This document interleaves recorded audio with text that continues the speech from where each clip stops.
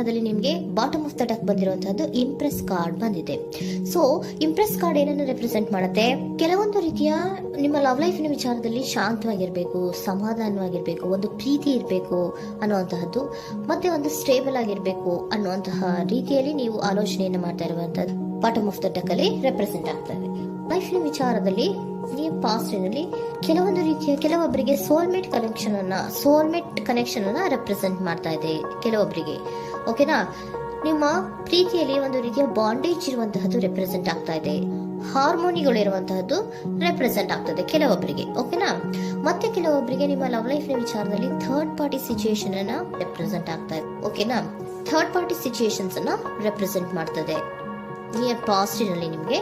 Next card ಬಂದಿರುವಂತಹದ್ದು page of swords ಬಂದಿದೆ. Third card ಬಂದಿರುವಂತಹದ್ದು ಯಾವುದು? ನಿಮಗೆ ಪೇಜ್ ಆಫ್ ಸೋರ್ಟ್ಸ್ ಬಂದಿದೆ. ಸೊ ಕ್ಯೂರಿಯಾಸಿಟಿ ಇದ್ದಂತಹ, ನಿಮ್ಮ ಲವ್ ಲೈಫಿನ ವಿಚಾರದಲ್ಲಿ ಒಂದು ಕ್ಯೂರಿಯಾಸಿಟಿ ಇದ್ದಂತಹ, ಒಂದು ರೀತಿಯ ಬಾಂಡೇಜ್ ಇದ್ದಂತಹ, ಸ್ವಲ್ಪ ನೀವು ಮಾತಾಡಿರುವಂತಹ ಸಾಧ್ಯತೆಗಳು ರೀಸೆಂಟ್ ಪಾಸ್ಟಿನಲ್ಲಿ ರೆಪ್ರೆಸೆಂಟ್ ಆಗ್ತಾ ಇದೆ.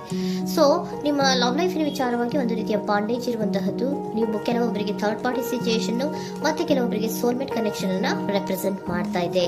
ಮತ್ತೆ ನಿಮ್ಮ ಲವ್ ಲೈಫಿನ ವಿಚಾರದಲ್ಲಿ ನೀವು ಮಾತಾಡಿರುವಂತಹದ್ದು ಕೂಡ ಕೆಲವೊಂದು ರೀತಿಯ ಮಾತುಕತೆಗಳ ಆಡಿರುವಂತಹದ್ದು, ಹೊಸ ಐಡಿಯಾಗಳನ್ನ ಮಾಡಿರುವಂತಹದ್ದು ಇಲ್ಲಿ ರೆಪ್ರೆಸೆಂಟ್ ಆಗ್ತದೆ. ಮೇ ಬಿ ನೀವು ಫ್ರೆಂಡ್ಸ್ ಗಳ ಮೂಲಕ ನೀವು ನಿಮ್ಮ ಪರ್ಸನ್ ಅನ್ನ ಭೇಟಿಯಾಗಿರಬಹುದು. ಯಾವುದೋ ಕೆಲವೊಂದು ಫಂಕ್ಷನ್ ಗಳಲ್ಲಿ ನೀವು ನಿಮ್ಮ ಪರ್ಸನ್ ಅನ್ನ ಭೇಟಿಯಾಗಿರುವಂತಹ ಸಾಧ್ಯತೆಗಳು ಇದೆ ಅನ್ನೋದನ್ನ ನಿಮ್ಮ ಪಾಸ್ಟಿನಲ್ಲಿ ರೆಪ್ರೆಸೆಂಟ್ ಮಾಡ್ತಾ ಇದೆ. ನೆಕ್ಸ್ಟ್, ಅಟ್ ಪ್ರೆಸೆಂಟಿನಲ್ಲಿ ಯಾಕೋ ನಿಮ್ಮ ಲವ್ ಲೈಫಿನ ವಿಚಾರದಲ್ಲಿ ಫೀಲಿಂಗ್ ಲೆಫ್ಟ್ ಔಟ್ ಆಗಿರುವಂತಹ ಸಾಧ್ಯತೆಗಳು ರೆಪ್ರೆಸೆಂಟ್ ಆಗ್ತಾ ಇದೆ. ಅಟ್ ಪ್ರೆಸೆಂಟಿನಲ್ಲಿ ಯಾಕೋ ಕೆಲವೊಂದು ರೀತಿಯ ಚಿಂತೆಗಳಿರುವಂತಹದ್ದು, ವರೀಸ್ಗಳಿರುವಂತಹದ್ದು, ಬೇಜಾರಿನಲ್ಲಿ ನಿಮ್ಮ ಲವ್ ಲೈಫಿನ ವಿಚಾರದಲ್ಲಿ ಇರುವಂತಹದ್ದು ರೆಪ್ರೆಸೆಂಟ್ ಆಗ್ತಾ ಇದೆ. ಯಾಕೆ ಅಂದ್ರೆ ನಿಮ್ಮ ಲವ್ ಲೈಫಿನ ವಿಚಾರವಾಗಿ ಕೆಲವೊಂದು ರೀತಿಯ ಬದಲಾವಣೆಗಳಾಗ್ತಾ ಇರುವಂತಹದ್ದು ರೆಪ್ರೆಸೆಂಟ್ ಆಗ್ತಾ ಇದೆ. ಯಾಕೋ ಕೆಲವೊಂದು ಚೇಂಜಸ್ಗಳಾಗ್ತಾ ಇರೋದ್ರಿಂದ ನೀವು ಬೇಜಾರಿನಲ್ಲಿ ಇರುವಂತಹದ್ದು. ನಿಮ್ಮ ಲವ್ ಲೈಫಿನ ವಿಚಾರವಾಗಿ ಯಾಕೋ ಪರಿಸ್ಥಿತಿಗಳು ಅಷ್ಟು ಚೆನ್ನಾಗಿಲ್ಲದೆ ಇರುವಂತಹದ್ದು ರೆಪ್ರೆಸೆಂಟ್ ಆಗ್ತಾ ಇದೆ. ಯಾಕೋ ಕೆಲವು ಬದಲಾವಣೆಗಳು, ಚೇಂಜಸ್ಗಳು ಆವಾಗಿಂದ ಆವಾಗಲೇ ಆಗ್ತಾ ಇರುವಂತಹದ್ರಿಂದ ನಿಮಗೆ ಬೇಜಾರಾಗಿರುವಂತಹದ್ದು ರೆಪ್ರೆಸೆಂಟ್ ಆಗ್ತಾ ಇರೋದು. ಮತ್ತೆ ಥರ್ಡ್ ಕಾರ್ಡ್ ಬಂದಿರುವಂತಹದ್ದು ಕ್ವೀನ್ ಆಫ್ ವ್ಯಾಂಡ್ಸ್ ಬಂದಿದೆ. ಸೊ ಕ್ವೀನ್ ಆಫ್ ವ್ಯಾಂಡ್ಸ್ ಏನಕ್ಕೆ ನಿಮಗೆ ಪದೇ ಪದೇ ಚೇಂಜಸ್ ಗಳಾಗ್ತಾ ಇದೆ? ಆ ಚೇಂಜಸ್ ಗಳಿಂದ ಯಾಕೋ ಕೆಲವೊಂದು ರೀತಿಯ ವೇರಿಯೇಷನ್ ಗಳು ಆಗ್ತಾನೆ ಇರೋದ್ರಿಂದ ನಿಮ್ಗೆ ಬೇಜಾರಾಗ್ತಾ ಇದೆ. ಸೊ ಅದಕ್ಕೋಸ್ಕರ ನೀವೇನ್ ಮಾಡ್ತೀರಾ? ಬಹಳ ಧೈರ್ಯವಾಗಿ ಕೆಲವೊಂದು ನಿರ್ಣಯಗಳನ್ನ ಮಾಡುವಂತಹ ಸಾಧ್ಯತೆಗಳು ಅಟ್ ಪ್ರೆಸೆಂಟ್ ನಲ್ಲಿ ರೆಪ್ರೆಸೆಂಟ್ ಆಗ್ತಾ ಇದೆ.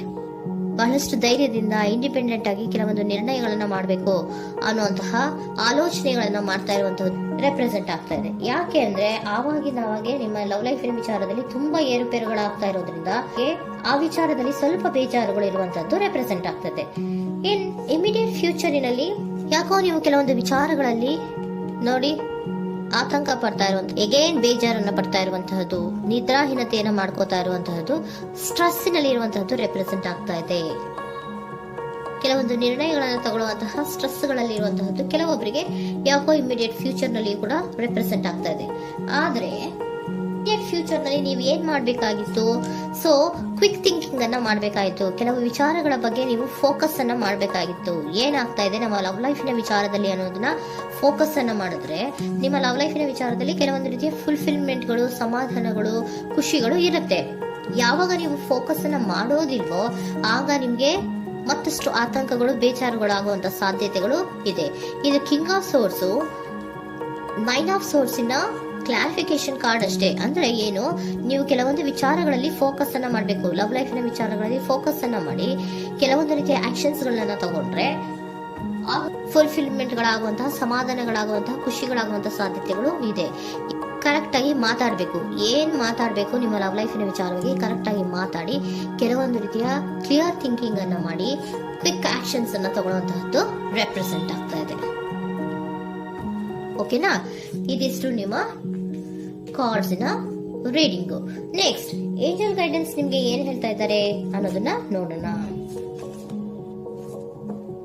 ನಿಮ್ಮ ಲವ್ ಲೈಫಿನ ವಿಚಾರವಾಗಿ ಏಂಜಲ್ ಗೈಡೆನ್ಸ್ ಏನ್ ಕೊಡ್ತಾ ಇದ್ದಾರೆ?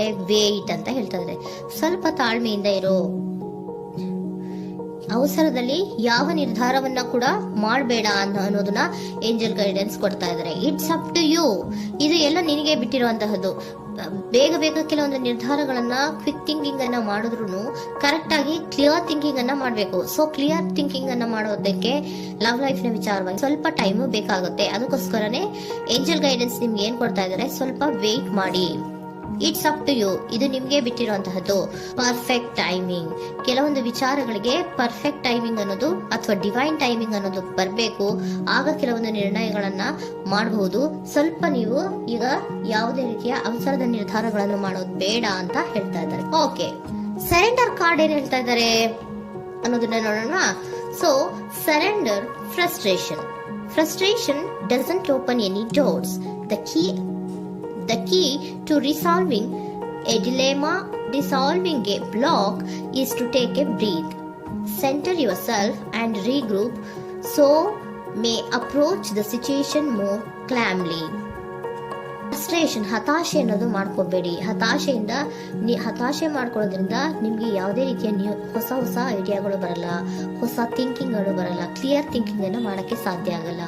ಸೊ ಅದಕ್ಕೆ ನೀವೇನ್ ಮಾಡ್ಬೇಕು, ಫ್ರಸ್ಟ್ರೇಷನ್ ಅನ್ನ ಬಿಟ್ಬಿಟ್ರೆ ನೀವು ಸಮಾಧಾನವಾಗಿ ಯೋಚನೆ ಮಾಡಿ ಕೆಲವೊಂದು ನಿರ್ಧಾರಗಳನ್ನ ಮಾಡಿ ಅನ್ನೋದನ್ನ ಸರೆಂಡರ್ ಕಾರ್ಡ್ ಕೂಡ ನಿಮ್ಗೆ ಹೇಳ್ತಾ ಇದ್ದಾರೆ. ಸೊ ನಿಮ್ಮ ಲವ್ ಲೈಫಿನ ವಿಚಾರದಲ್ಲಿ ಈಗ ಸ್ವಲ್ಪ ನಿಮ್ಗೆ ಬೇಜಾರುಗಳಿರುವಂತಹದ್ದು, ಕೆಲವೊಂದು ಬದಲಾವಣೆಗಳು, ವೇರಿಯೇಷನ್ಗಳು ಆಗ್ತಾ ಇರುವಂತದ್ದು ರೆಪ್ರೆಸೆಂಟ್ ಆಗ್ತಾ ಇದೆ. ಸೊ ನಿಮ್ಮ ಲವ್ ಲೈಫಿನ ವಿಚಾರಕ್ಕೆ ಫ್ಯೂಚರ್ನಲ್ಲಿ ಕೆಲವೊಂದು ಆಕ್ಷನ್ಸ್ ಅನ್ನ ತಗೋಬೇಕಾದ್ರೆ ಸ್ವಲ್ಪ ವೇಟ್ ಮಾಡಬೇಕು, ಕ್ಲಿಯರ್ ಆಗಿ ಥಿಂಕ್ ಮಾಡಬೇಕು, ಅದರಲ್ಲೇ ಆಕ್ಷನ್ಸ್ ಅನ್ನ ತಗೋಬೇಕು ಅನ್ನೋದನ್ನ ಹೇಳ್ತಾ ಇದ್ದಾರೆ. ಓಕೆನಾ? ಆಗ ಮಾತ್ರ ನಿಮ್ಗೆ ನಿಮ್ಮ ಎನರ್ಜಿಯಲ್ಲಿ ಏನ್ ಶಾಂತತೆ ಬರಬೇಕು ಅಂತ ಹೇಳ್ತೀರಲ್ಲ, ಆ ಶಾಂತತೆ ಏನ್ ಬರಬೇಕು, ಲವ್ ಲೈಫಿನ ವಿಚಾರವಾಗಿ ಶಾಂತತೆ ಯಾವಾಗ ಬರುತ್ತೆ ಅಂದ್ರೆ ನೀವು ಕ್ಲಿಯರ್ ಥಿಂಕಿಂಗ್ ಅನ್ನ ಮಾಡಿದಾಗ ಮಾತ್ರ ಬರುವಂತಹದ್ದು ಅನ್ನೋದು ಕಾರ್ಡ್ಸ್ ಗಳಲ್ಲಿ